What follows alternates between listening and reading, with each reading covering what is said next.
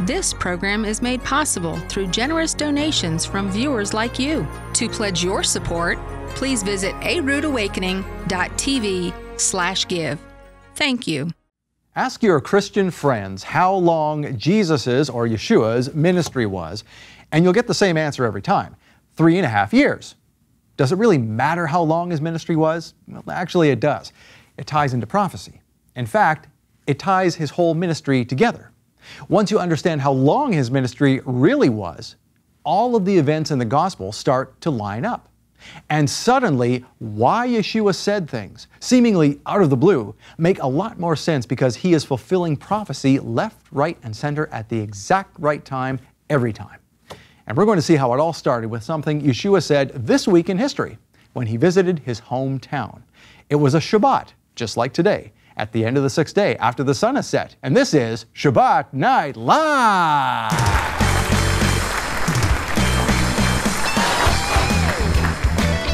Michael, it's going to be a great show tonight. It will be.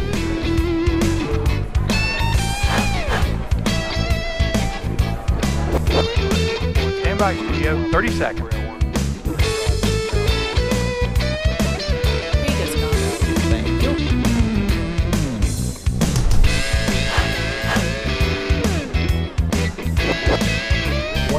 Michael? Oh, thanks. All right. Thanks, Ellie.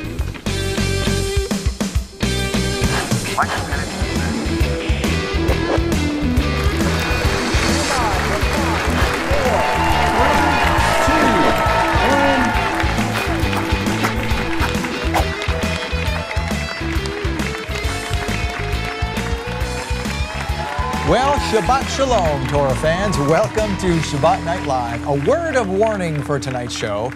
We are going to kill a sacred cow. Yes, it's going to rock your world, and if you already know the truth of what we are going to share tonight, you can rock your friends' worlds. Also, tonight we begin a brand new series with the man who is continuing to take Ron Wyatt's discoveries to the ends of the earth. It's Kevin Fisher of Ark Discoveries International. But first, please welcome my co-host for this evening, the Director of Ministry Development for Rood Awakening International, Annie Reed. Shabbat Shalom. Shabbat Shalom. You know, Annie, we forgot to do something last week, and I think we better get to it before anything else. That's right. And that is the free gift we have for our listener or our watchers right in front of you. If this is your first time watching a Rood Awakening International, or if you've watched us for some time but have never contacted us, just call the number down below. We'd love to send you 2 free teachings, one on the Red Sea crossing and Sodom and Gomorrah. Now, Michael takes you on site to these locations, and he takes you to the actual locations of the Red Sea crossing, which is not where most scientists say that it is today, or archaeologists. And Sodom and Gomorrah, he actually takes you to the location where there's still brimstone and sulfur. So you want to have this at home. It edifies your faith. It just builds you up.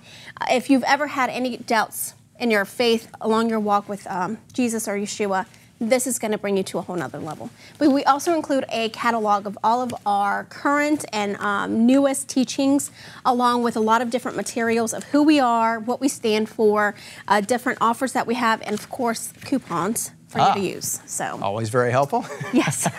Well, in addition to giving you free things, we also like to give out prayer, mainly because we love seeing miracles happen in people's lives, which is what we get to hear about in the resulting testimony. So let's take a look at some prayer requests that have come in this week, and you can help us pray for these folks. So first of all, I have one here about eye healing. This is from Lana.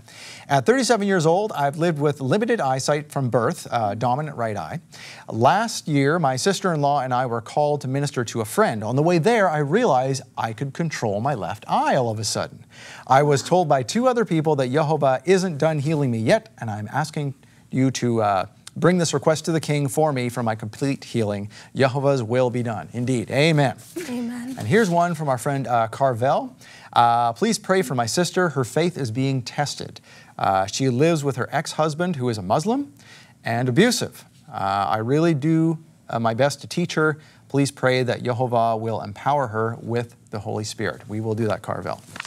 I have one from Anonymous, which you can submit prayer requests anonymously. We don't mind whatsoever. It says, we've been married for 10 years now. Please pray for us to have our own child. Okay. That's a really good one. And then one from Michael. My grandson Oakley fell down and hit his head. He is 1.5 years old. He was taken to the hospital and a hairline fracture was found. He stayed overnight for observation and was released. This morning he had a large lump in his head and in the same place as before. So they're just asking for continued healing over that and believing for a miracle. Okay. Another anonymous, Father, our nation needs your blessing upon us. Israel needs your protection. Thank you for our double portion blessings that can happen with your grace. Thank you for upcoming finalization of their adoption. So they've actually adopted siblings. So we're praying for their adoption, but we do agree that our country needs continuous prayer every single day. So we'd love to pray over these. We'd love to pray with you. We actually have people that stand by the phones waiting to pray for our partners. And I'm a testimony of prayer that came over the television screen myself when I was 17 years old. So it can happen, miracles and healings can happen when you least expect them. And we pray that, during this segment, during this time, that we're able to pray into your needs and into your life, no matter what it may be. All right, well, let's take these requests to prayer. So, Father, we want to bring all these requests to you today. We have requests for healing for children. We have folks that want to have kids. We have people who are struggling in their marriage because of abusive situations. And we have prayers for more healing of an eye, for example. So, Father, we bring all of these before you, and we know that you are our great healer. You know all things, and we know that you have the power to complete all of these healings and to complete all of these requests before we even ask them. So we stand on that belief, and we want to thank you in advance for the completion of all of these people's needs. And we ask this in Yeshua's name. Amen. Amen. And if you have a prayer request, you can just go to the website at the bottom of the screen and submit your prayer request. And the best part is other people can pray with you there. And once they do, you'll get a notification by email that someone has prayed for you. That's a wonderful feature that we have on our website. We also have some testimonies here today. Andy, I believe you have a couple of those there. I do. So we actually grabbed testimonies that flooded our emails about the Jerry Bowen series that we had on Noah's Ark. Oh, yes, Anchored. That's right. Okay. And so we want to share this with you because we want you to know that we do listen to your suggestions, your opinions. We want to hear what you like, what you don't like, what we can do for you to serve you better. But Dennis says, Shabbat Shalom, brothers. I really enjoyed Jerry Bowen on SNL the last couple of weeks, and in response to Michael's request, I would absolutely be interested in seeing more. Okay, there you go. That's all you need to do. We'll listen to such things. You want Jerry back? Just say so. Well, and we also have a few more. Jerry Bowen's presentation was excellent. Thank you. And then they referenced Jeremiah 10:13, where he utters his voice and multitude of waters in the heaven, and he would cause the vapors to ascend unto the ends of the earth. So he actually references this because it's a testimony for his faith. When he read that scripture, it was so confusing. So anyways, he said, I love the Anchored series, and I definitely want to hear more from Jerry Bowen on SNL. I would also love to hear anything about pre-flood Giza. So, and the reason that we're reading these testimonies to you right now is because we have a very special series that is starring with Kevin Fisher from arcdiscoveries.com. And it's going to be all about discoveries like the Red Sea crossing. From Ron Wyatt. That's right, from Ron Wyatt. He actually is continuing Ron Wyatt's work and traveling to these locations and bringing testing and videos and a whole bunch of documentation that just confirm Ron Wyatt's discoveries. It does, yeah. It's good to hear from another person's mouth, not just from Ron Wyatt. Some people hear that and they think it's all just myth, but when you have someone going back to the site and saying, yes, he was right. In fact, we're going to have a whole DVD series on this. Not only a DVD series of this whole 4-part miniseries that we're going to have on Shabbat Night Live. That's contained here. But we also have Kevin Fisher's DVD that we're going to bundle with it. And from now on, whenever we have a guest on the show who has materials of their own, we're going to bundle it with whatever you see on Shabbat Night Live so you can get the full picture of what that guest's ministry is all about. And I love this one in particular with Kevin Fisher. He's gonna actually, in his series, take you back to Sodom and Gomorrah, Noah's Ark, the Red Sea crossing, Mount Sinai, Ark of the Covenant, which I think is the best one yet. It is, very because good. they actually did some testing, DNA testing on the blood. But I don't want to spoil it for you. I know that you and Kevin go into detail about that, Yes. and then this goes into detail as well. But it also has bonus material of Ron Wyatt's presentations. Yeah, it's the gold mine, that DVD right there. That's right, and we're giving both of these to you at a discount. Right, and you can find it you can get it as of tonight, roodawakening.tv/AD. Now, getting back to our testimonies and such, if you would like to share in the testimonies or submit a prayer request or just want to know more about what is going on here at Rood Awakening, we have a free newsletter we'd like to send to you as well. And Annie, I think you have one in front of you. Yes, so this one's our June newsletter. It's beautiful, isn't it? It is. The 10 Commandments on the front? Yes, Jonathan actually does our newsletter, and he's very talented. He does great work. It always features a letter from Michael, and it's very timing for whatever season's approaching. So this one in particular was about Shavuot. And then, actually, that was kind of the theme for the entire newsletter. So we have letters. This one is about weeks in the wilderness, which we've always been, we've all have been there, especially it seems like during these feast times. There's a lot more. And then whatever is new and upcoming. So like, for instance, what's new and upcoming this month is you can now text to give. So all you have to do is text truth to the number 50155, and it's just a more convenient way for you to be able to continue to sow into a ministry that is praying over people, that is sharing testimonies, that is providing free information to the entire world. We'd love to have you and your support. But then on this one, it also features all of our new products, including Torah Wars, Passover, and all month long in our bookstore, there'll be 20% off. Anything. Anything. 20% off anything. That's right. So, and the best part, the most fun part, is we have activities for your children on the back. So this one is making the 10 Commandment tablets. Or for the child in you. You know, if you have any kids. Yes, which I've referenced that earlier prior to the show. Oh, wonderful. You can get the newsletter very easily. Just go on our front page of our website, or you can call the number at the bottom of your screen, and you can get our newsletter free of charge. Absolutely. Now, you can sign up for that newsletter, like I said, any day of the week. And speaking of days, let's take a look at where we are on the astronomically and agriculturally corrected biblical Hebrew calendar. We are actually on the second Shabbat of the month of Sivan. Now, this calendar correlates events in Yeshua's life as found in the chronological Gospels Bible. There's my Bible right there. But this week, there is nothing marked on the calendar itself about what is going on in the Bible. However, this is a significant week. It was during this week that Yeshua was visiting his hometown of Nazareth and went into the synagogue and said something more profound than most people realize, and actually proves that Yeshua's ministry was roughly 1 year. Ooh, I want to hear this, yes, please. Or 70 weeks. There we go. Not 3.5 years as commonly assumed. It is event number 52 in the chronological Gospels. That's how we divide the chronological Gospels, are divided into events in Yeshua's life. This is event number 52. It's on page 91 of the printed version, or you can look in your regular Bible. It's Luke 4:16-30 in your regular Bible. Now, here's the crux of the matter.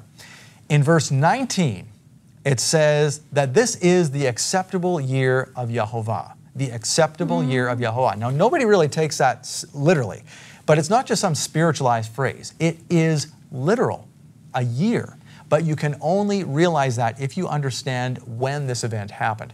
This is a prime example of why I say that the notes in the chronological Gospels Bible are the most important part of it. The notes that Michael Rood has put together are the best part because they explain why chronology makes sense. So let me read an example for you here on the note on page 91.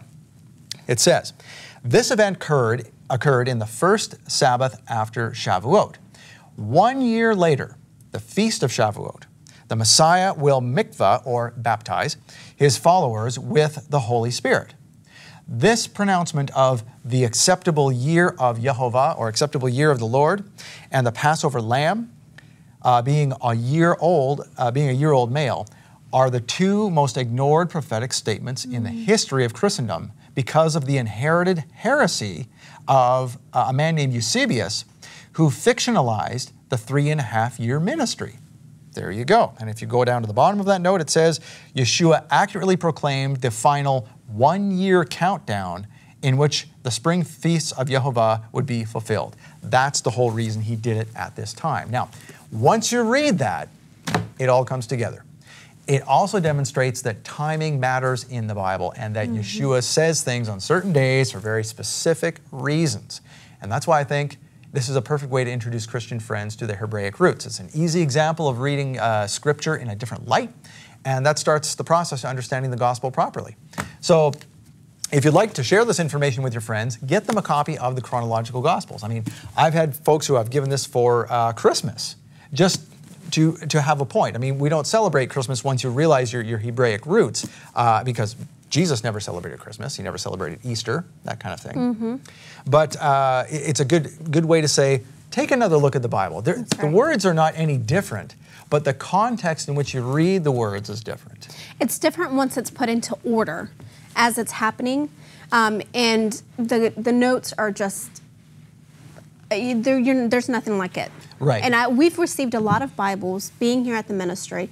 There is nothing on the market like this. The notes that Michael goes into, and completely understanding the culture and the time, the rules and regulations of the Pharisees during this time period that Yeshua would have to follow is just makes a huge difference. Yeah, and it's not just like you've seen some other chronological Bibles. We've all seen those. This is something different. This really shows you, it's a data, it's almost like we're watching a screenplay of the Bible. That's exactly how it reads, like a screenplay. Yeah, and so all the notes at the bottom are almost like the background of what is going on the screen. That's right, the setting. And so this month only, it's 20% off the chronological Gospels. It's a great time to buy one if you've never had one or owned one, and to give one to friends as well. We'd love for you to be able to share it with others. We promise that this is going to take your relationship with Yehovah to a whole nother level, simply because you'll understand Him like never before. Indeed. Now,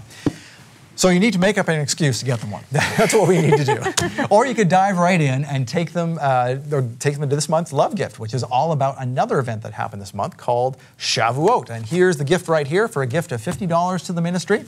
We'll give you this brand new teaching by Michael called Shavuot, the Promise Received. It is only for those who want to see this ministry continue. So that's what this is all about. So that's why we give it with a donation of $50. If you want to give so go ahead. I was going to say, and Michael too, he was very forthcoming when sharing with us Shavuot and the future Love Gift teachings. It's on his heart. This is what's leading up to prophecy. This is what's leading up to Revelation. We're going into the fall feast now. Shavuot's done, the spring feasts are done, but this time period is so significant to him.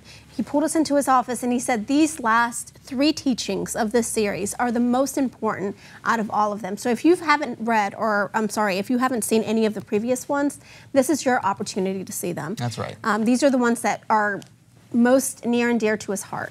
Now, there are 3 levels to this love gift. We don't have time to go into it right now, but you can go to our website at roodawakening.tv/lovegift, and you can see them all there. Now, coming up, the first episode in a new 4-part mini-series here on Shabbat Night Live, AD.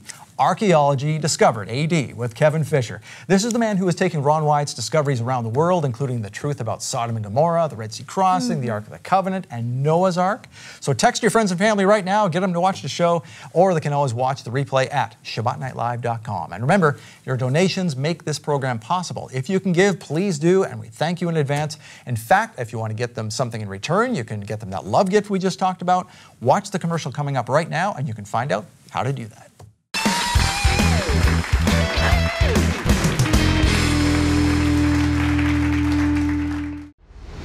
After the Messiah's ascension, his followers were told to wait for the Comforter, who would empower them with his Spirit, on the very anniversary date that the Almighty delivered his commandments on Mount Sinai. Michael Rood explains the amazing correlations between the giving of the Torah and Pentecost in this month's exclusive teaching, Shavuot, the Promise Received. And this pillar of fire was that awesome pillar of fire that we followed out of Egypt, that led us by night and the cloud by day. Get this amazing teaching now for a love gift donation of just $50. Or with a donation of $100 or more, we'll send you the teaching plus a beautiful set of coasters with scenes of Jerusalem. And we're continuing our special offer on this special leather-bound Book of Psalms of King David. Get the Book of Psalms plus the teaching and the coasters as our thank you when you donate $250 or more in June. Call now or visit us online to pledge your support and receive these wonderful gifts right now.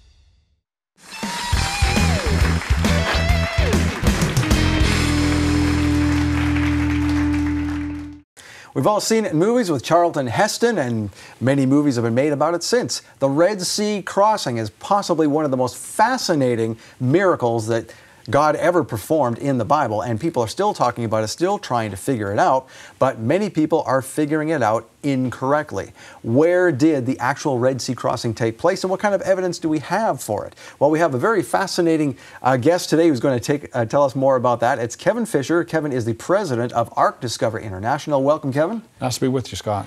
So the Red Sea crossing, where do people typically say it is, and why is that? They usually say it's up at the Bitter Lakes, north of the Suez Canal area, but that's a relatively, and it really is, a rather shallow area for hundreds of thousands of soldiers to all drown, and there's no evidence found there. You don't find chariots there. You don't find other artifacts, but the area that the late Ron Wyatt found is across the Sinai. If you cross the Sinai to the east, you find another body of water. That's the Gulf of Aqaba. And what Mr. Wyatt did, he suspected that could be the crossing area. And he rented a plane up at Eilat, Israel, the southern tip of Israel, the north end of the Gulf of Aqaba. And he asked his pilot, named Moses, how fitting. He said, Moses, do you know of an area through the mountains down here where the children of Israel could have come through and hit the beach? And Moses said, yes. And Moses flew him down to the Nuweiba beach area that has a wadi emptying out at that spot. Now, wadi is it's like a canyon. Like it snakes its way through the mountains. We've driven down it. It's like 30 miles approximately. You have these large mountains extending up from the roadbed through there. And it's very narrow, is it not? It gets narrow in places, yeah. It gets really narrow in some places, approximately 50 yards across maybe, but other areas it's wider. But Mr. Wyatt, so when Mr. Wyatt saw that, they then went down there on foot, and he went to the south end of the beach there. The beach is 5 miles long, 3 miles deep, the depth of it. So 15 square miles approximately of land area there for 3 million people. That's enough land area. So he went to the south end of the beach and he saw this column lying in the water that had been knocked down. And that same year, the Israeli army was occupying the Sinai Peninsula in 1978, and he showed it to them. They brought it back from the water, set it up in concrete, and it's a Phoenician-style column, approximately 16 feet tall, marking the site of the Red Sea crossing. Pretty incredible. And when Mr. Wyatt made it over into Saudi Arabia in 1984, he saw a matching column on the other side. And on that column in Hebrew, it said Solomon, Yahweh, water, death, Mizraim, which means Egypt, Moses, Pharaoh. And so he knew this was a marker telling about the Red Sea crossing site that had been erected by Solomon. Solomon's seaport was just to the north, up at Eilat, Israel. So Solomon knew full well, 400 years after the event, that this was the location for the crossing site. And so the marker had these inscriptions on it. And when he showed it to the Saudi authorities, they got excited, but then later they came out and cut it down and hauled it away. Of course they did. On the Saudi side. Yeah, they don't want that Hebrew writing in their country. And so, but the column over on the Egyptian side, the inscriptions on it are eroded away. The back side of the column is eroded away because it was down in the water. But you can stand there by the column today and see this beautiful red granite pillar marking the spot where the pillar of fire and pillar of cloud also stood at one point. So after finding that column, Mr. Wyatt got his diving certificate and wanted to check the water out there.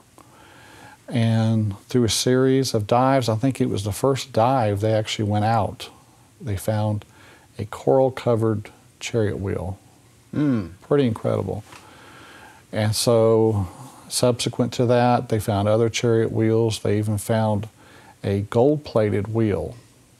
We're told in Exodus that 600 choice chariots and all the chariots of Israel were used. So the choice chariots would be those that were gold-plated. So there should be 1,200 gold-plated chariot wheels out there. They were able to locate a couple of the golden chariot wheels. No coral grows on gold, so it's better preserved. Now the other ones, the coral did grow on them, but the coral helps to preserve the shape. You know, if you may have a bronze or a wooden wheel, the coral grows on it and retains the shape, so we can see it today. So by finding the chariot wheels, and then later he found a horse's hoof, a horse's remains, and then finding the remains of people, finding human femur bones that were coral covered. And so you have chariot parts, horse parts, people parts, all in the same spot. And so later Viveka Pontin, she went scuba diving over on the Saudi Arabian side. And she found a chariot wheel over there on the Saudi Arabian side. So you have matching chariot parts on opposite sides of the Red Sea crossing. So the parts continue to the other side. Now this crossing site, this is on a, correct me if I'm wrong, it is almost like a land bridge situation where it looks like the silt from the Wadi Watir would have spilled into there many, many years over, and it's sand, and coral doesn't normally grow on sand. It is rather smooth there. It is shallower there as compared to areas to the north or to the south. Now it is still deep. Now we're told in several places in the Bible that it was the great deep or the depths of the Red Sea. So it cannot be some places 50 feet deep or places 100. It's got to be really deep. And the site there, it is deep, it's 2,800 feet deep. But it's a 13-mile path across. And so when you calculate it, the grade was about a 4% grade that they had to go down and come back up, which is very manageable. And so yeah, there is a path through the water for them to go over to the other side. God provided a way for them. That is very interesting. So now the chariot parts, I know that these have been filmed since that time with Leonard Mahler and others. Yes. They went down and took a robotic camera and took it down there and filmed all these things. So what we see on that film, that is different than what this other individual saw on the Saudi side then. That's true. Yeah, multiple parties have found chariot wheels there, not just Mr. Wyatt.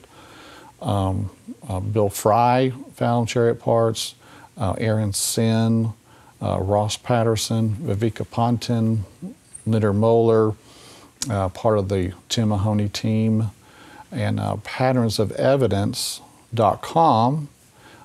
They're creating a film. Their second film is going to be on this Red Sea crossing site, which leads over to a new location for Mount Sinai, which is Mount Sinai in Saudi Arabia, which is a totally new thought to most people. But that has to be over there in Saudi Arabia, because that's where Midian is. Midian is a location for Saudi Arabia. The real Midian is a location for Mount Sinai there in Saudi Arabia, compared to the Sinai Peninsula where the traditional Mount Sinai is located. So the Mount Sinai has to be over in Saudi Arabia, and this Red Sea crossing brings the children of Israel directly over to Saudi Arabia, the correct spot, and so it all adds up. And so this has been found by many, many people. It's not just Ron Wyatt, because I know a lot of people question his credibility just because they like to do so. But it's been proven by many, many other people. Yes. So this has got to be it. Yes, it really is. And more people are figuring this out. The editor of the Biblical Archaeology Review, Herschel Shanks, he stated in Newsweek magazine that Jebel el-Lawz in Saudi Arabia is the real site for Mount Sinai. So again, more credibility for the Mount Sinai, more credibility for this Red Sea crossing. We think this is the correct location. All right, well, we'll save the Jebel el-Lawz for another time. We want to get into that next. Okay, so Ken Fisher, thank you for joining us today, and we want more information from your group. It is arcdiscovery.com, correct? Thank you, yes. All right, arcdiscovery.com, check it out, and you'll find out all about these interesting discoveries from the Bible and get the true story.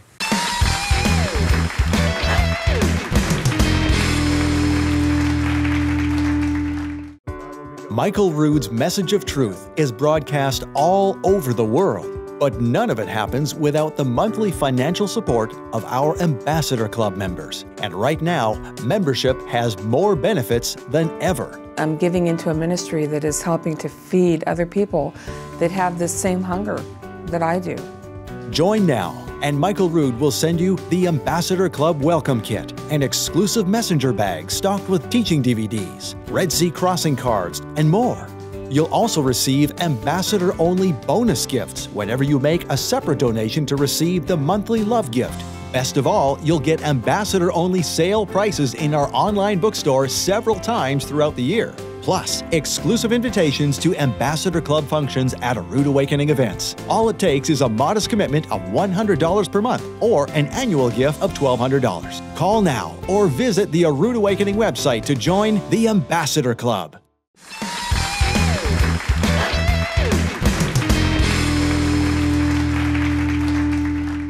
The last night that Yeshua was with his disciples, the Last Supper before the Passover was sacrificed, he took bread and he took wine. He said before that Abraham saw his day and rejoiced. But what does that mean? He saw his day and rejoiced. Well, it was the Melchizedek, the king of righteousness, that brought forth bread and wine to Abraham. He blessed the Most High with the blessing that Abraham taught Yitzhak, Yitzhak taught Yaakov, and is still spoken today. Whenever bread and wine is served at a Jewish table, whenever it is Sabbath, especially around the world, the bread and the wine are brought forth with this blessing. Baruch atah Yehovah, Eloheinu melech haolam, borei pari hagafen. Blessed are you, Yehovah, our Elohim, King of the universe, the creator of the fruit of the vine. And Yeshua then said, Blessed are you, Yehovah, our Elohim, King of the universe, who brings forth bread from the earth. He said, this represents my body, which will be broken for you. This represents my shed blood that pays the sin penalty because of the broken covenant. As often as we do this, we do this in remembrance of him. So break the bread, share the wine, and we do this in remembrance of him until he comes.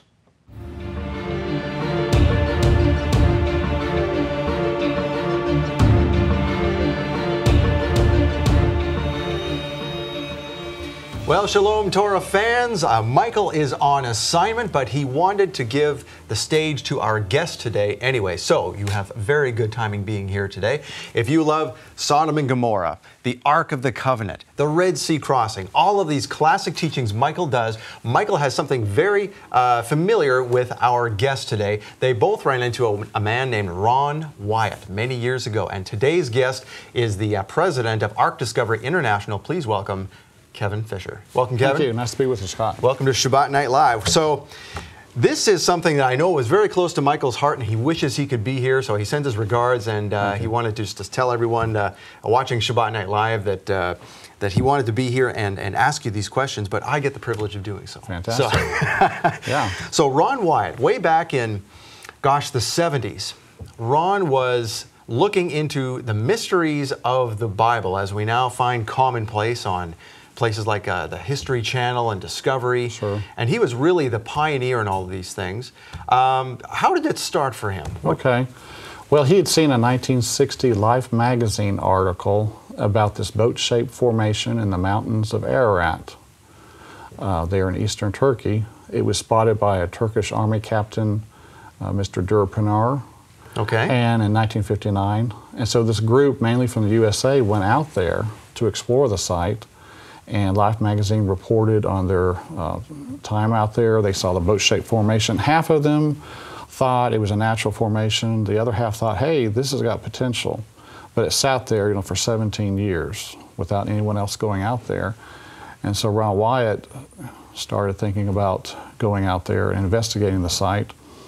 But before he went anywhere or did anything, he had a burden for souls.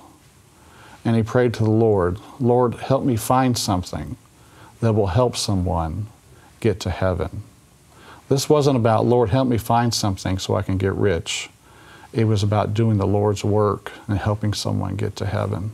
And that's the way everyone describes Ron Wyatt. That's right. Now, Ron Wyatt, if for those of our audience who don't know, he was an amateur archaeologist. He was not a professional archaeologist who worked for some big organization or anything like that. That's right. And the disciples were not professional theologians Good either. point. Mm-hmm. Okay, so God will use the humble to confuse the wise. And so God chose him. Ron went out there in 77. And he didn't know exactly where to look for this boat-shaped formation. He had 3 days in the area, because it's a 5.5 day trip out there, and then 5.5 days back, using his 2-week vacation from work. So, like most of us understand. And so he and his sons knelt down and prayed, Lord, help us find this. They had rented a taxi to drive them around.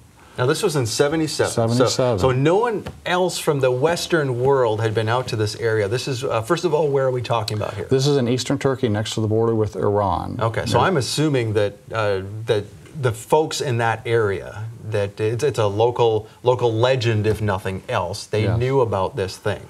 The villagers there's a village right near the site. You know, they believed that that was Noah's Ark, but of course the word hasn't gotten out, you know, properly, or people don't believe. So they prayed that God would stall their taxi where they needed to look. They actually prayed They prayed for, you know, divine intervention. Okay. And so the taxi starts driving around, and all of a sudden, the taxi stopped, quit running. The driver's confused, but Ron and his sons are excited. Huh. And they jump out and put a pile of stones there. Okay. And they get back in, the car starts up, and they start driving again. So this happened 2 more times that day.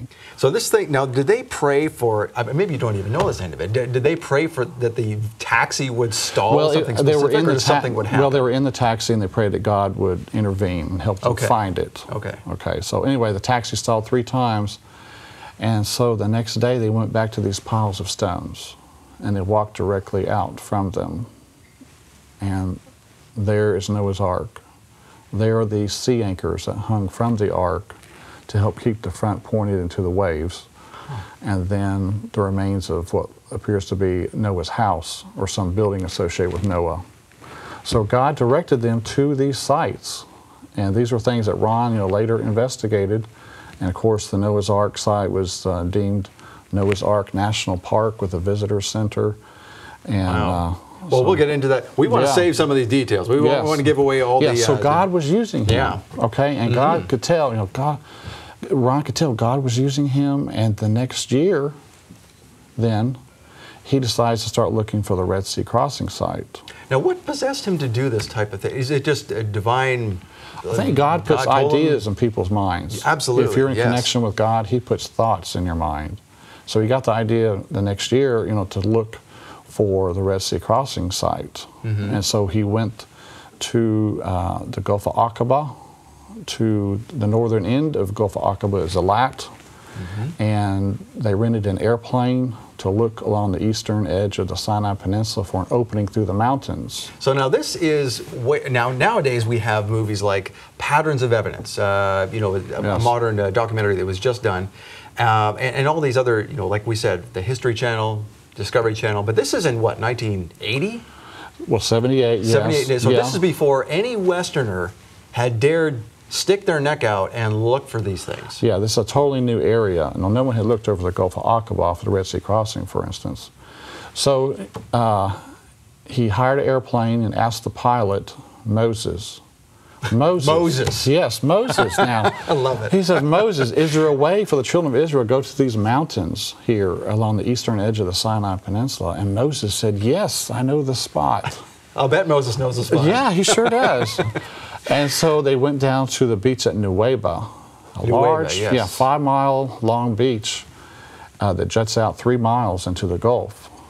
And he said, there's Wadi Watur that goes through the mountains and empties onto this beach. It's about a 30-mile drive through the mountains. We've been through there. Now, the Wadi Watur, a wadi essentially is a dry, deep cavern. Like a canyon, like a canyon. Yeah. And they snaked their way there to the Red Sea crossing site.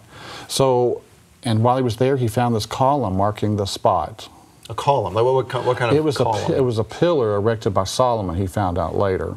Okay. Okay, and then the next time they went there, they found chariot wheels in the water. So on that second trip they made there, with the first dive they found the chariot wheels. He had to leave. He was going back to Jerusalem to fly out.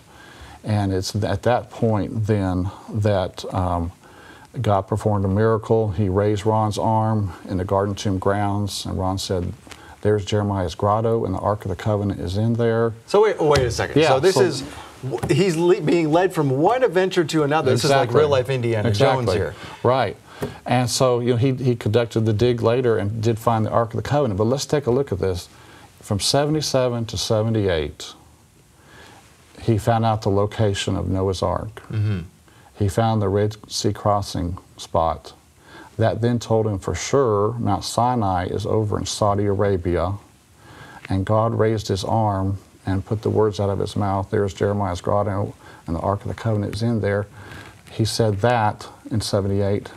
Within 1 year, he had found, through the Lord's leading, these 4 incredible discoveries. God was truly using him. That is unreal. So yes. Obviously now, because people have been searching for these things from, for centuries, sure. for thousands of years. Yeah. There's always the legend of the chalice that Christ used at the Last Supper. Sure. All of these type of things. Where's a piece of the cross? Everybody's always looking for relics. Yes. But Ron was not looking for relics' sake, was he? No, he was wanting to do the Lord's work. And the Lord had a plan for these things to come out. These discoveries, they all deal with judgment in the past. Okay? At the flood, God judged man, had to destroy the wicked, but he saved his faithful. Sodom and Gomorrah, he judged the wicked, destroyed them. He saved his people. The Red Sea crossing, he saved his people, destroyed the wicked. Mount Sinai, he handed down the law, spoke it, and wrote it. And then, of course, the Ark of the Covenant contains that same law that we'll be judged by. So these are signs of past judgments. Why does he want them to come out? It's because the judgment of the living is coming soon, where we'll receive either the seal of God or the mark of the beast. So God has a plan. These are all going to be shown to mankind before God judges everyone. And on the opposite side of that judgment is obviously deliverance, which also happened in each one of those Bible stories. He saved his people through these judgments. It's no wonder that people look at Ron Wyatt's discoveries and say, well, how could one man find all of these in a span of a year or so? Right, and it's sad to even hear Christians saying that. There's a lot of people out there that think God is no longer involved in miracles. That's a thing of the past. He's not doing major miracles anymore. But in this case, you see miracle after miracle where God used Ron and assisted him. And so it's very exciting. So now you had run into Ron. Now Ron did this in 1978, 79. And he also ventured into Arabia and was arrested. We'll get into all that later. Yeah. But you ran into him in about, what was it, 1984? 1984. Okay. He had been released from the Saudi Arabian prison where he and his sons had crossed over by foot to go to Mount Sinai. Right. Now, they were looking for Mount Sinai in Arabia and basically got caught. What are you doing here? Mm-hmm. And they accused him of espionage, being right? an Israeli spy, which is totally false, But so he had been released from prison. He's been in prison 76 days. And of course, he made the national news. And he had a presentation at a church in Nashville, Tennessee. And that's where I met him. I really felt impressed these things were real. And so I started following his work for years, reading his newsletters, going to presentations, calling him on the phone. But sadly in '99 he passed away. But the discoveries, since they're real, they continue on. And people are learning more and more that they really are authentic. So when you first met him in '84, did you have a chance to talk to him? Did you have any idea that you wanted to promote his work at that point? Or were you just sort of a curious onlooker and just a participant in his talks? Well, that was my first taste of it, but I really felt impressed that they were real. And I did talk to him a little bit, but just kept following it, kept going to presentations, and the more I got into it, the more I saw that this is real. This isn't something made up. And when something is as exciting, as big as this, you know God is involved. And that's been the case. Indeed. So when you met him, you met him in '84, and then did you work? You worked, or you got his newsletter and everything until he died. Did you ever work with him before he passed away? No, not directly. No, but I did. I did, like I say, call him on the phone, ask him questions, talk to other direct supporters, see what was going on and so forth. But after he died in 2000, I started my website, arcdiscovery.com. And so I started promoting the discoveries and then going over to the sites. And one thing after another, it was just as he said. I found man-made metal on Noah's Ark, finding the brimstone in Sodom and Gomorrah, and cremated bone. So these things are real. Now you had in '84. You went to see him, and as you mentioned now, it's just led to a lifelong passion, and it has led to some, well, you said you're retired now, and you do arcdiscovery.com as a, more than you don't want to call it a hobby, it's a part-time job. It's a passion, yes. It's a passion, yeah, that's even better. Yeah. And you got, just like any of us, you've got 2 grown kids, yes. a wife, so, and you're doing all these travelings. So let's go back to way back when this all started. What even possessed you to go see Ron Wyatt in 1984? What was the fascination? Well, I heard about the presentation taking place, and Noah's Ark, what, And had you been an archaeology buff as a kid? No, it just got my interest. Okay. And these are major things. This isn't a little piece of pottery found in some normal dig someplace. These are huge discoveries that threaten the forces of darkness. And we've seen over the years how Satan has tried to discredit Ron, try to discredit the discoveries. But when you're working with God's things, you have to expect these false accusations to come up. So you go to this presentation in '84. How old are you then? I was 24. 24 years old. So you're just a young guy, those straight are the out of days. college. Yeah. Okay, starting a career, and you hear of this thing.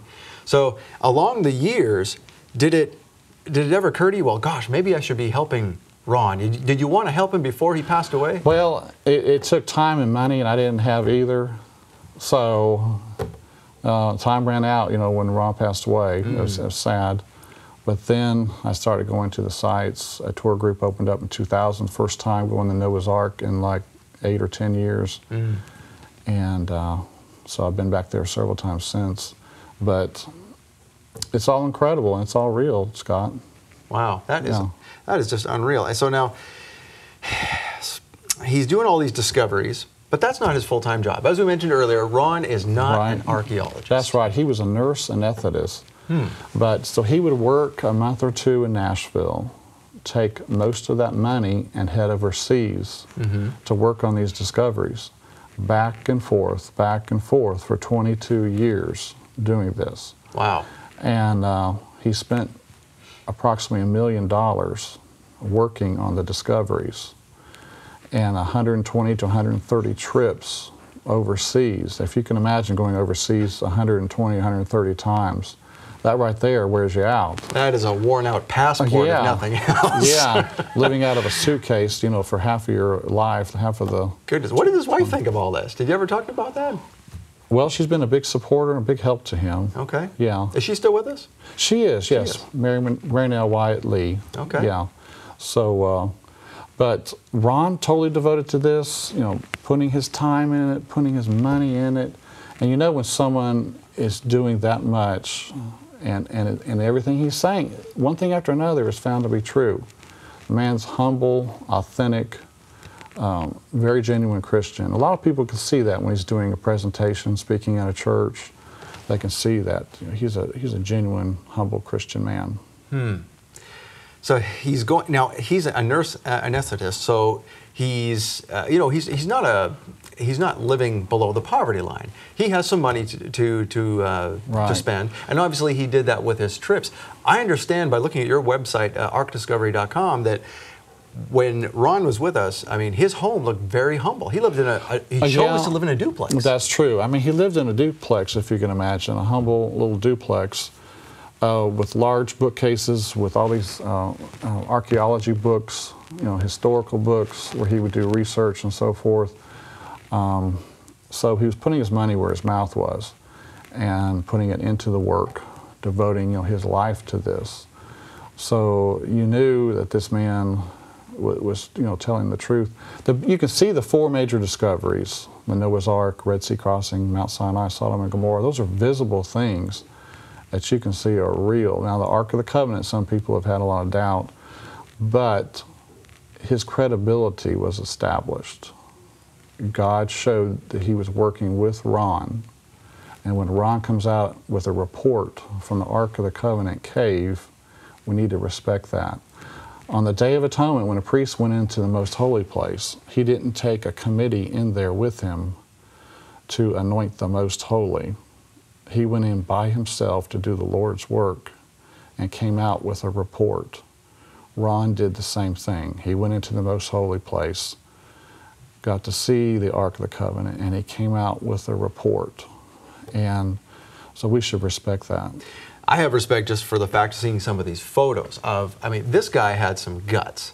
When you look at the first photo, I think it was from the photo said around 1981, the first time he went down into the cave where the Ark of the Covenant is, where he found it. That is a small opening. This was not some giant cave. This is scary. It's a 100-foot tunnel leading down to the Ark of the Covenant cave, and you're going down a chimney, up a chimney, squeezing through tight places, as you say, sliding across a board with a 40-foot drop. Very precarious, very hard work. He worked from 79 to 82 on this first tunnel that he dug. So he dug this tunnel? Well, he and his associates. There's a lot of people that helped him. Yeah. Some of it were natural cavities. You would hit a natural cavity that would let you go a little further. You may, of course, this is solid rock we're talking about. We're not talking about just loose sand or soil. Right. This is hard work. So he progressed, the 100 feet to get to the spot. But he said this is too difficult a route to get to the Ark of the Covenant cave. And so he spent another 7 or 8 years building a second tunnel to the Ark of the Covenant cave. And we're talking a lot of money spent on the second tunnel because he thought some of the temple furnishings needed to come out. So again, building a second tunnel, a friend of mine was on the dig with Ron for about 3 weeks. He said Ron paid all his expenses. He said Ron probably paid out $7,000 in that short amount of time, and they only made 6 feet of progress.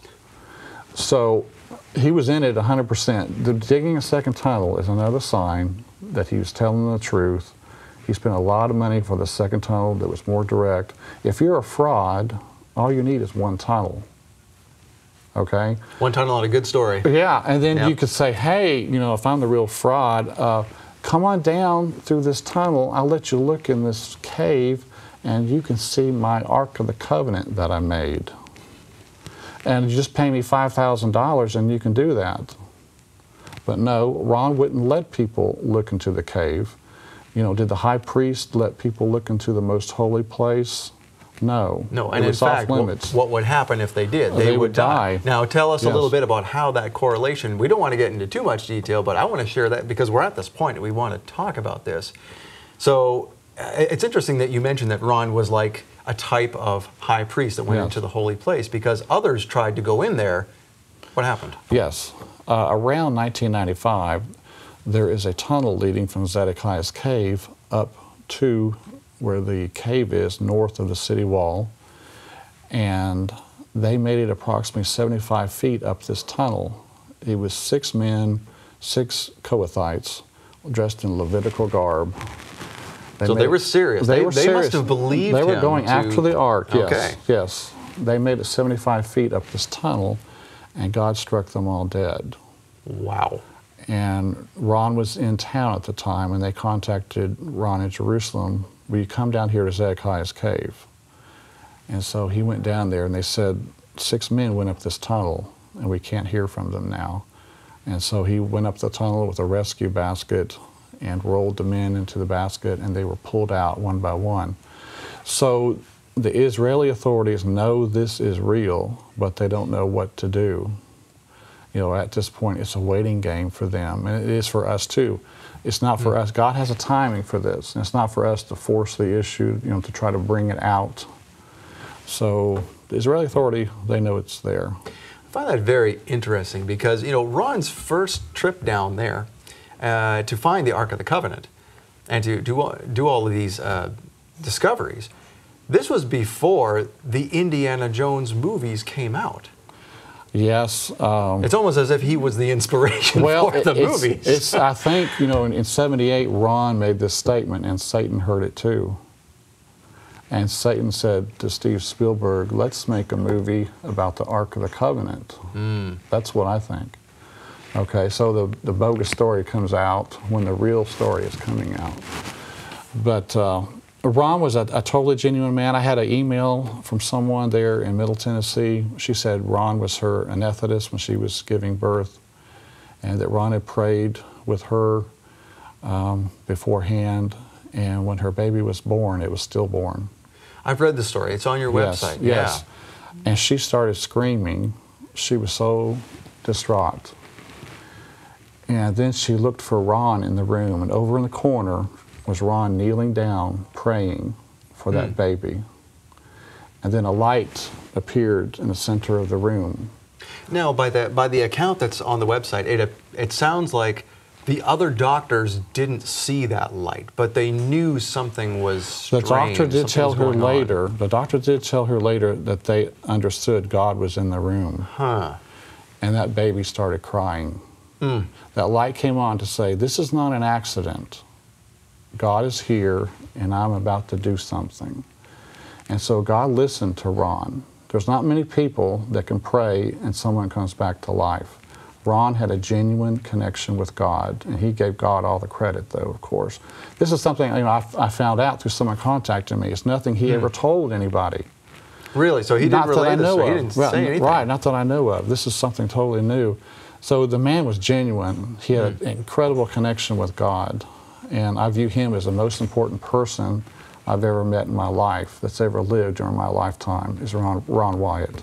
So now we're going to get into a little bit later in the second half of the program tonight, Michael's encounter with Ron, and just how he found the discoveries and what got him interested as well. Sure. But yeah, I just find that this everywhere you turn about Ron Wyatt, other than what is seen in the media, and the media, strangely enough, has just sort of written him off and they don't talk about him. They scoff. Yeah. But he's a genuine guy. Right. You know, Satan controls the media. You can't expect the evening news to announce, Ron Wyatt has found all these wonderful things. Isn't this exciting? They're never going to say that. No, there's two obscure stories from CNN and CBS Morning News or something like that from back in the 80s and early 90s. And I can just imagine the guests on the show smirking as they're listening to this going, yeah, okay, well, coming up next, you know. Yeah, and even the majority of archaeologists, you know, a majority of them don't even believe the Exodus from Egypt ever happened. And yet we're to look to them as being the authority on whether these things are real or not. Thankfully, you know, the new documentary that has come out, the Patterns of Evidence, has all but quashed those reservations because it's real. I mean, you look at that and it's pretty undeniable. Yes, and they're working on their second film, which will cover the Red Sea crossing site that Ron found and the Mount Sinai in Saudi Arabia that he found. All of these exciting things that we're going to be talking about in this series. Okay, so, well, stay with us. We are going to break for just a minute here. We'll be back more with Kevin Fisher. But right now, if you're enjoying what you're watching, just know that you make this possible. There are no corporate sponsors of Shabbat Night Live. We don't have somebody with deep pockets sitting there waiting to pay for the program. When you're seeing this, whether on television or online or wherever you're seeing this, it costs money to bring it to you. Now, you may say, well, it's free for me to see it on the internet. Yes, that's true, but it takes money for us to put the program together. There are people behind the scenes here who have families. There are buildings and electricity bills to pay, all this type of thing. So if you enjoy seeing this program, I encourage you to support A Rood Awakening International. Stand with us, as Michael always says. Stand with us, and you can continue seeing these programs, because if you don't, one day they may just disappear. That's the reality of it. Like we said, there are no corporate sponsors. It's you that makes it happen. So we want to give you the next couple of minutes to think about this. There's going to be some information coming up on your screen where you can support the work of the ministry here and find out more about us and how you can help continue what you're seeing on this program today. So Stay tuned. We'll be going to that in just a second here. So you have 2 minutes to make your decision, and God bless you in doing that.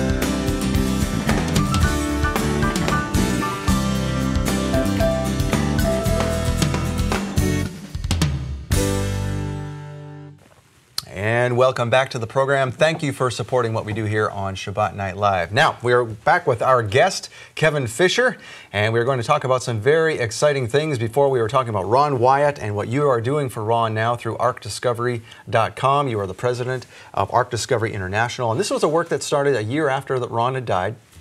And so this was a passion of yours that you never got to work with him while he was living, but you have decided to carry his torch. Sure. I'm just trying to promote, what God has brought out, and we've seen that they're authentic.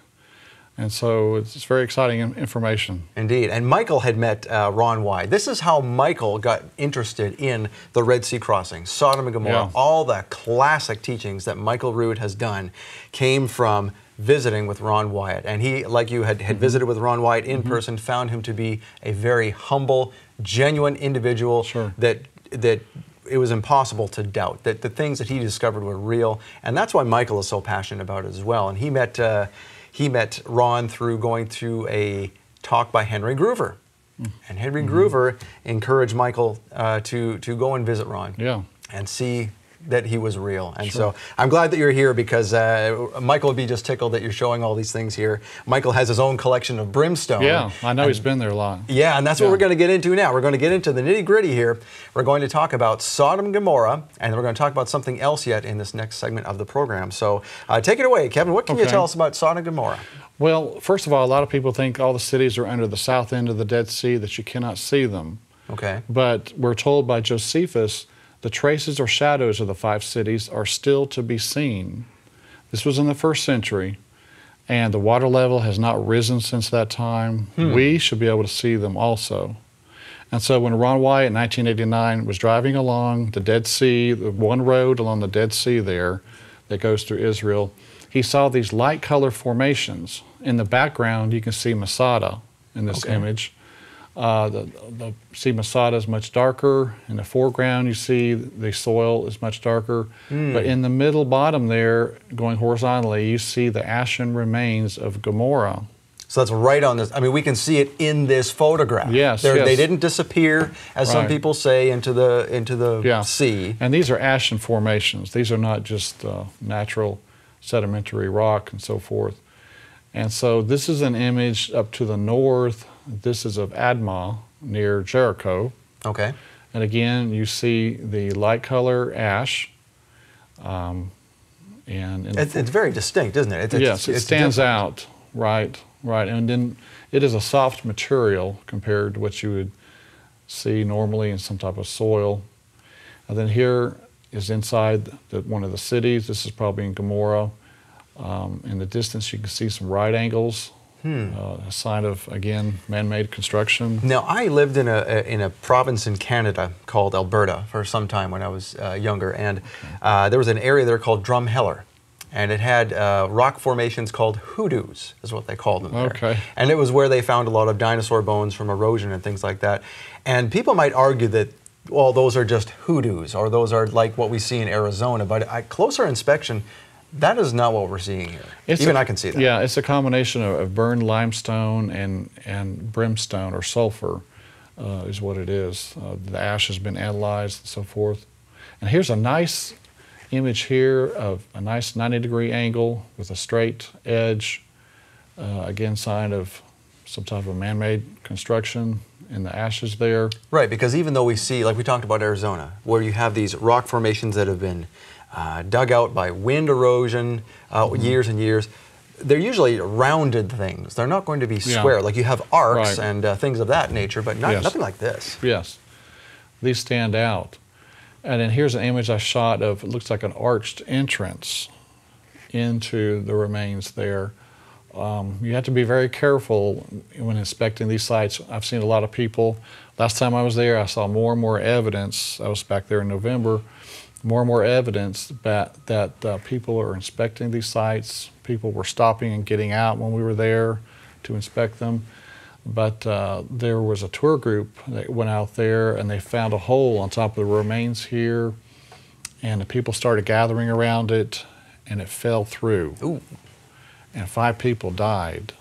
Really? It's hard to breathe in ash.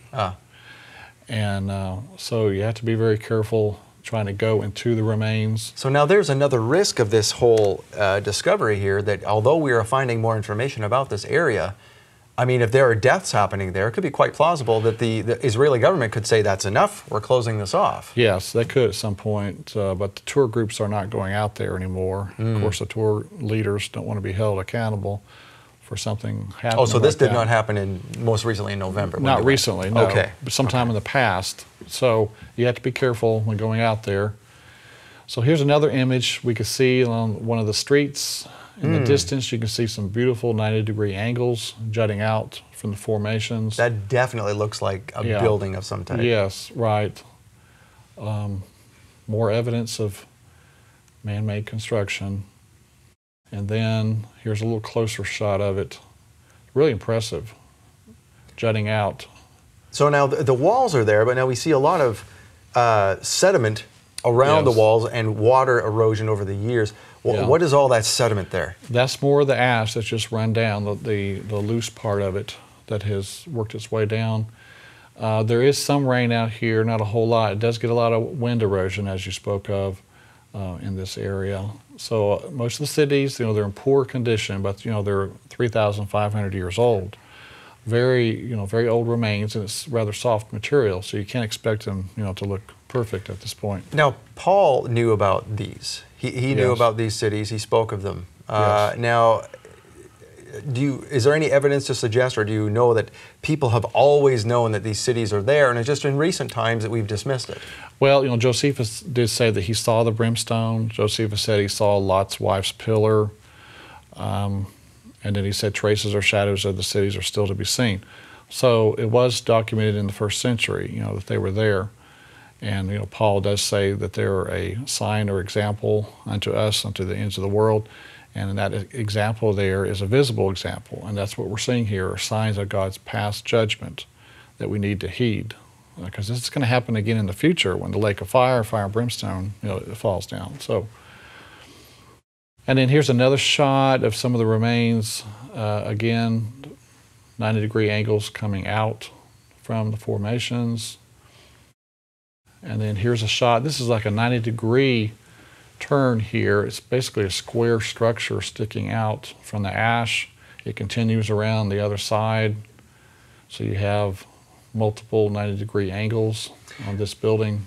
Are there any assumptions as to what some of these things may have been? I know that Michael in his series on Sodom and Gomorrah mentions one area that looks like it would have been a temple. Yes, there are some that are singular structures that do appear to be a large square-looking building. So yeah, I think we may have an image of one here in the slides.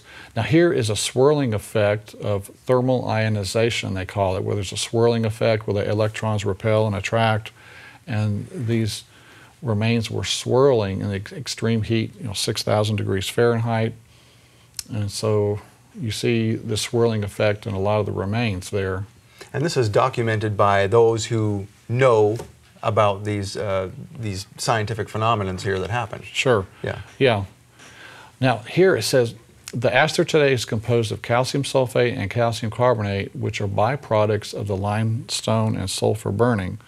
So the ash there is made of the correct composition of the buildings, the limestone, burning up, and the brimstone being there, the sulfur. At the days of Elijah, when his altar was consumed, God sent down fire and it consumed the stone altar.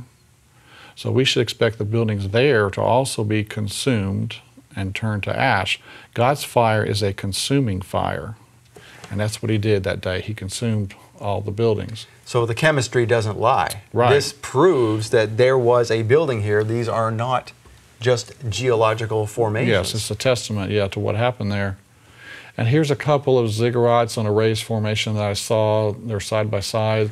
They're made of a whiter material, like a ziggurat.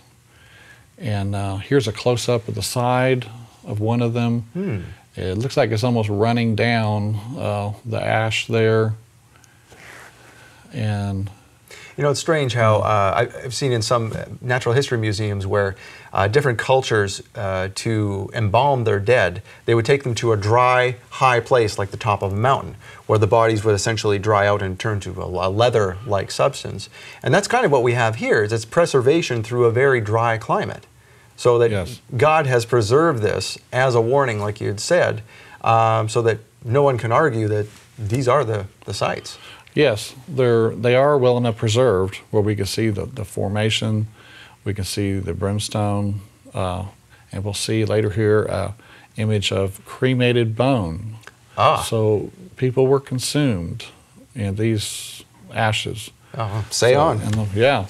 So in Genesis 19:24, then the Lord rained brimstone and fire on Sodom and Gomorrah from the Lord out of the heavens. So we should expect to see brimstone there. And on the side of that former formation that we saw just a minute ago, I saw some brimstone embedded in the side of it there. It was in a hardened shell. This brimstone, when it burns, the outer part of it turns to a liquid, and when it cools down, it has a hardened shell. And so in this graphic here, I'm using a knife to open it up, and inside you can see the unconsumed sulfur inside of it. Okay. Yeah. And then here is an image of something that appears to have melted. It's pooled down in the bottom, and the upper part of it here has got holes in it, like it's bubbling, extreme heat. I thought this was very interesting here. Yeah, it looks like almost like a lava rock. Yes, right. And then here is an image of, this could have been a temple. On the left, it's in the graphic behind us here, but on the left we see some type of singular ziggurat, and on the right we see a tower. This is a popular location. There's actually dinner parties that happen right out here. It's like the locals recognize, this formation is unique. And yeah, I've been there twice, and they were holding nighttime parties there with elaborate lights set up and a sound stage. And so come have a party in hell. A party, right, with all these people, poor people died. So this is, now obviously this struck you as something significant because you went to the expense of putting it on canvas. So what else holds special significance for this this site, or is it just an interesting? Well, it's very unique. Looks like a man-made structure here. You have the ziggurat and you have the tower.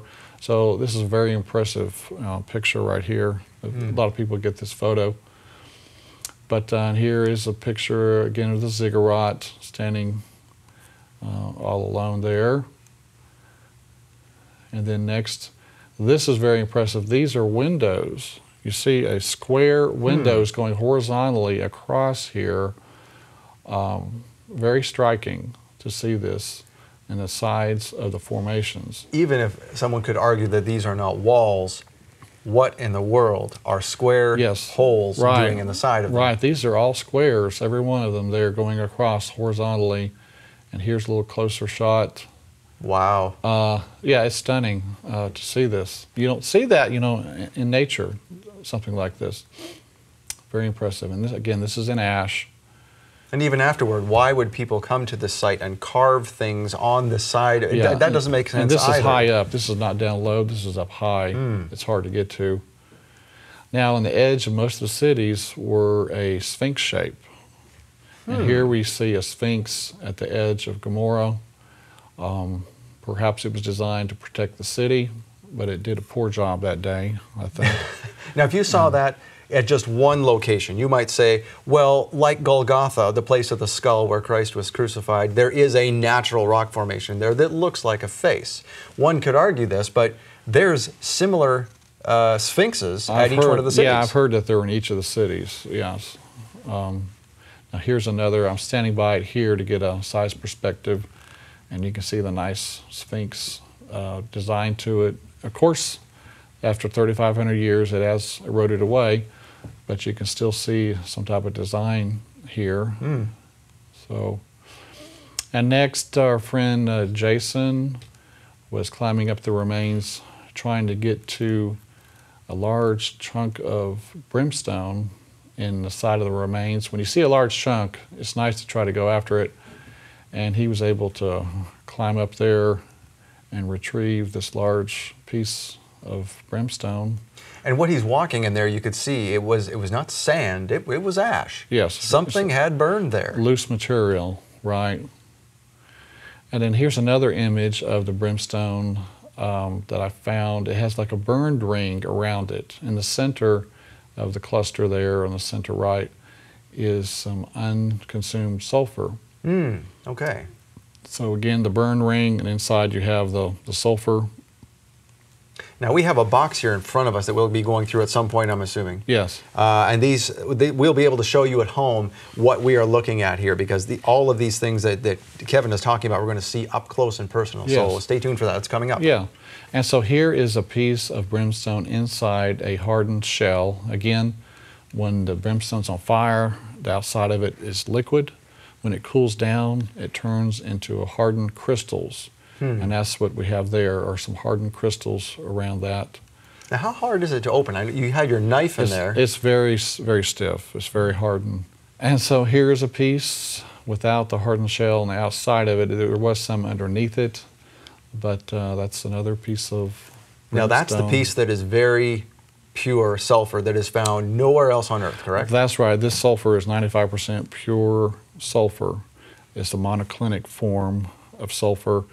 Most sulfur you find naturally is the rhombic type, that it's a more yellow color, but it's only 50% sulfur.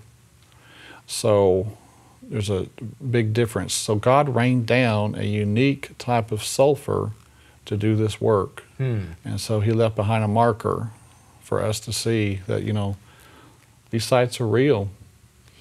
So in one of our trips here, there's this large cluster here on this large rock over here, or actually a piece of ash, and I'll show you a close-up of it. Here's the top of it. Now, what we're seeing on top of this, all of this on top of it are the hardened crystals. So there were hundreds of pieces of brimstone underneath this burning. It turned into a big pool of liquid. And when that big pool of liquid is about 6 feet long or so, when that pool of liquid cooled down, it left these crystals on top of it. On top there, the upper part of the photo, are the crystals. In the center across here horizontally is the unconsumed sulfur or brimstone. That white section there. That white section, yeah. So very, very impressive find. Again, on top of the crystals, you see the brimstone in the center going horizontally. Very impressive find. Here's another image of it. You see the brimstone sticking out, the crystals on top. I mean, you're not going to find this anywhere else on Earth. this is totally unique. So does the government of Israel allow people to go in and take sulfur? They don't mind? They do. The area is so large, there's no limit as far as I know. Let the whole earth be warned. Take yourself home a piece of brimstone and don't do this. Right. And so here is a close-up of some of the layers. Sometimes there's layering effect. In the background was the Sphinx shape we saw earlier. Ah, okay. In the Dead Sea in the background. And so here's a close-up of another piece of brimstone in the formations that we opened up. You can see the unconsumed sulfur inside. How many times have you been to this particular site? Well, I made 3 trips over there to Israel, but I went to the site, numerous times while there, many hours. It's very impressive. Originally, I was not real impressed with the Sodom and Gomorrah stuff, but once you go out there yourself and start seeing this firsthand, it's very impressive to see it come to life in front of you. Now, some of these are in vertical. They're basically shot into the sides of the walls. Or some of them are found in vertical. Yeah, they're in various locations, and some people have. Well, I think Ron Wyatt thought they may have originally been about a foot in diameter originally, and then burned down to the smaller size. And here's a 90-degree angle, sort of like a window in the side of the formations. Pretty impressive. Here is another Sphinx. Now this one's in Gomorrah again. In the background is a ziggurat shape. So Sphinx, ziggurat.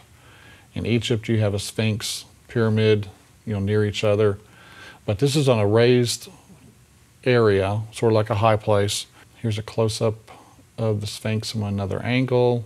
Oh, there you can see it. You can see the shape. Yes. It's definitely something man-made there. Right, and this is again an elevated area for worship. There it is again, and the background is Masada. And this is about 40 feet long. This is a large Sphinx shape here. Very impressive.